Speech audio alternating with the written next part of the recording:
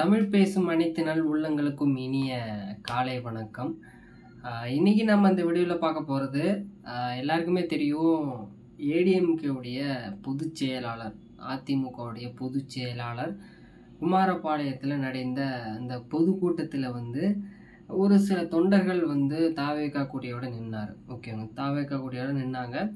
அந்த தாவேகா கொடியை பார்த்துட்டு பார்த்தீங்களா, நிறைய கூட்டணிகள் எங்களுடைய சேரப்போகுது,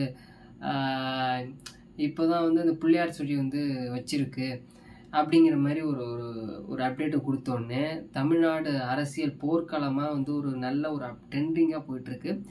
மேபி ஏடிஎம்கே தாவேகா கூட்டணி வச்சா கண்டிப்பாக ஒரு பெரிய அளவில் மார்ஜினில் வரும். பட் ஆனால் தாவேகா சார்பில் எதுவும் சொல்லலை. என்னென்ன அப்டேட்டு அந்த டீட்டெயிலாக நம்ம வீடியோவில் பார்க்க போகிறோம். ஓகேவா? வீடியோவை ஸ்கிப் பண்ணாமல் பாருங்கள். வீடியோவுக்கு ஒரு லைக்கை தட்டி விட்டு ஷேர் பண்ணி விட்டுருங்க. ஓகேவா? அப்போ தான் அடுத்தடுத்தவங்களுக்கு வீடியோ சேரும். ஓகேவா? ஓகே. குமாரபாளையத்தில் ஒரு பொதுக்கூட்டம் நடக்குது. அப்போ பேசிகிட்டு இருக்கார் வழக்கம் போல். திமுக வசைப்பாடி திட்டிகிட்டு இருந்தார் அதிமுகவுடைய பொதுச் செயலாளர். அப்போ தாவேகா கொடியில் ஒருத்தர் நிற்கிறாரு. பார்த்தீங்களா, தாவேகா கொடி எங்களுடைய நிறைய மக்கள் வலுவான கூட்டணியோட வருவாங்க, நாங்கள் பெரிய கூட்டணியாக வந்து 2026 சந்திப்போம் அப்படிங்கிற மாதிரி சொல்லும் பொழுது ஒரு சின்னதாக ஒரு சொன்ன மாதிரி சொல்லி தாவேகான்னு சொன்னோடனே உடனே பெரிய ஒரு ஆர்ப்பரிப்பு பார்க்கும்பொழுது தாவேகா கூடி பறக்குது. ஓகேவா?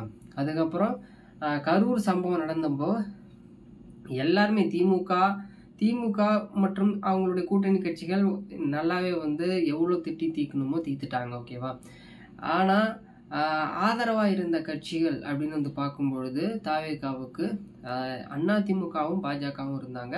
ஆனால் விஜயை பொறுத்தளவுக்கு திமுகவையும் பாஜகவையும் நிறைய முறை திட்டிருக்காரு. கொள்கை அரசியல், அதுக்கப்புறம் கொள்கை எதிரி, அரசியல் எதிரி அப்படிங்கிற மாதிரி சொல்லியிருந்தார். பட் ஆனால் இவரு கரூர் சம்பவத்தில் இருக்கும் பொழுது, இந்த மாதிரி ஒரு துயர சம்பவத்தில் இருக்கும்போது அதிமுக பாஜக ரொம்ப க்ளோஸாக எங்களுக்கு கூட இந்த மாதிரி பெரிய அளவில் பாதுகாப்பு கொடுக்கல, நாங்கள் பொதுக்கூட்டம் நடத்தும் பொழுது அப்படின்னு சொல்லி தமிழக அரசை இவங்க திட்டுறாங்க. ஓகே, அரசியலுங்கிறது நிறைய நடைபெற்று கொண்டு தான் இருக்கும்.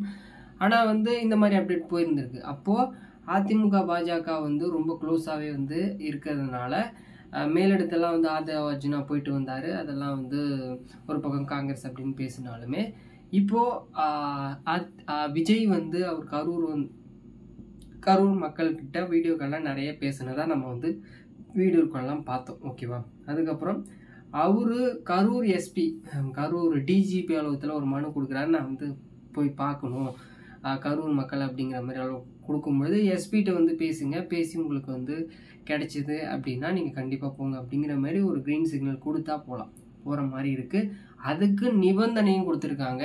என்னென்ன நிபந்தனைன்னு உங்களுக்கே தெரியும். மேக்ஸிமம் அந்த வீடியோ பார்த்துருப்பீங்க நிறைய நியூஸ் சேனலில். பட் ஆனால் நான் சொல்லிடுறேன்.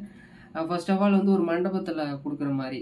ஓகேவா? அந்த மக்களை 41 உயிரிழந்த மக்களுடைய அந்த உறவினர்களை சந்திக்கிறதுக்கு மண்டபம், பின்னாடி வண்டி வரவே கூடாது, அவருடைய வாகனத்துக்கு பின்னாடி கூட்ட நெரிசல் இருக்கக்கூடாது, வீடு வீடாக போய் பார்க்கவே கூடாது கண்டிப்பாக அப்படிங்கிற மாதிரி சொல்லியிருக்காங்க. தொண்டர்களுக்கு அனுமதியே கிடையாது.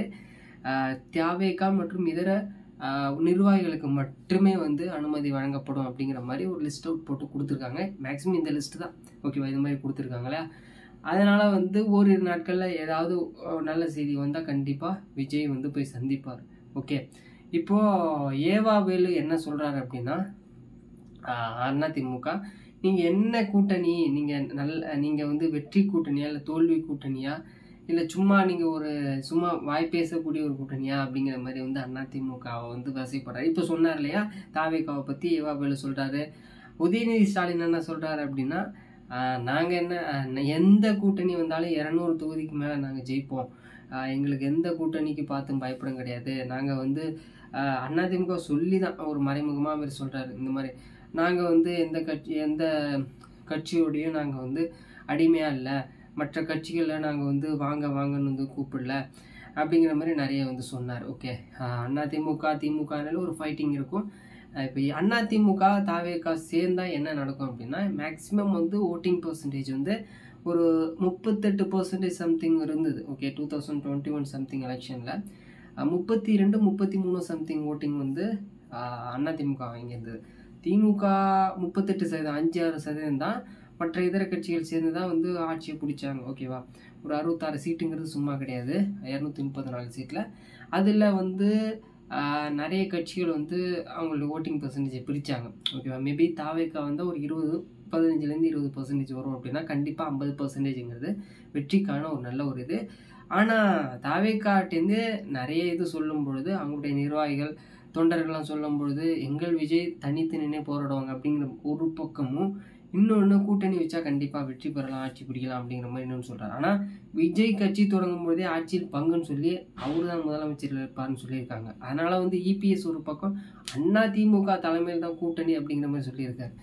ஏன் இப்போ கூட இந்த குமாரபாளையத்தில் சொல்லும்பொழுது கூட அதை தான் சொன்னார். அதனால் வந்து ஜஸ்ட் ஒரு ஃபேக்டாக வச்சுக்கலாம், ஒரு அரசியலாக இதை வச்சுக்கலாம். மேபி அரசியல் எதுவெல்லாம் நடக்கலாம், இப்போ நடந்த மாதிரி அந்த மாதிரி ஒரு ஆப்ஷன் இருக்குது. ஓகே, அதனால் வந்து தாவேக்கா அதிமுக கூட்டணி வருமா அப்படிங்கிறது முதலமைச்சர் வேட்பாளர் ஒன்று எடப்பாடி பழனிசாமி, இல்லைன்னா விஜய். ஆனால் விஜய் விட்டு தர மாட்டார், ஆட்சியில் பங்குங்கிறது தெளிவாக சொல்லிட்டாரு. அதனால் மேக்சிமம் இந்த கூட்டணி இருக்குமா இருக்காதா அப்படிங்கிறத உங்களுடைய கருத்தை வந்து கீழே வந்து கமெண்ட் பண்ணுங்கள். இன்னும் சில காலங்கள் மட்டுமே இருக்கிறது எலெக்ஷனுக்கு.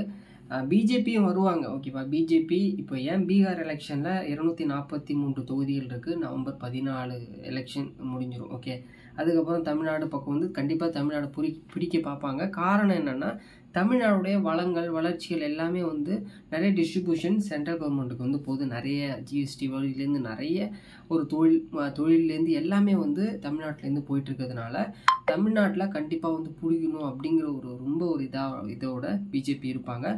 பீகார் எலெக்ஷன் முடிஞ்ச அப்புறமே கண்டிப்பாக தமிழ்நாட்டில் வந்துடுவாங்க. ஏன்னா நிதிங்கிறது உத்தரப்பிரதேசம் மற்ற நார்த் இந்தியா பாஜக ஆளும் மாநிலங்களுக்கு நல்ல நிதி கொடுப்பாங்க. பட் ஆனால் தமிழ்நாடுக்கு 1000 கோடி 1500 கோடி இந்த மாதிரி கொடுப்பாங்க.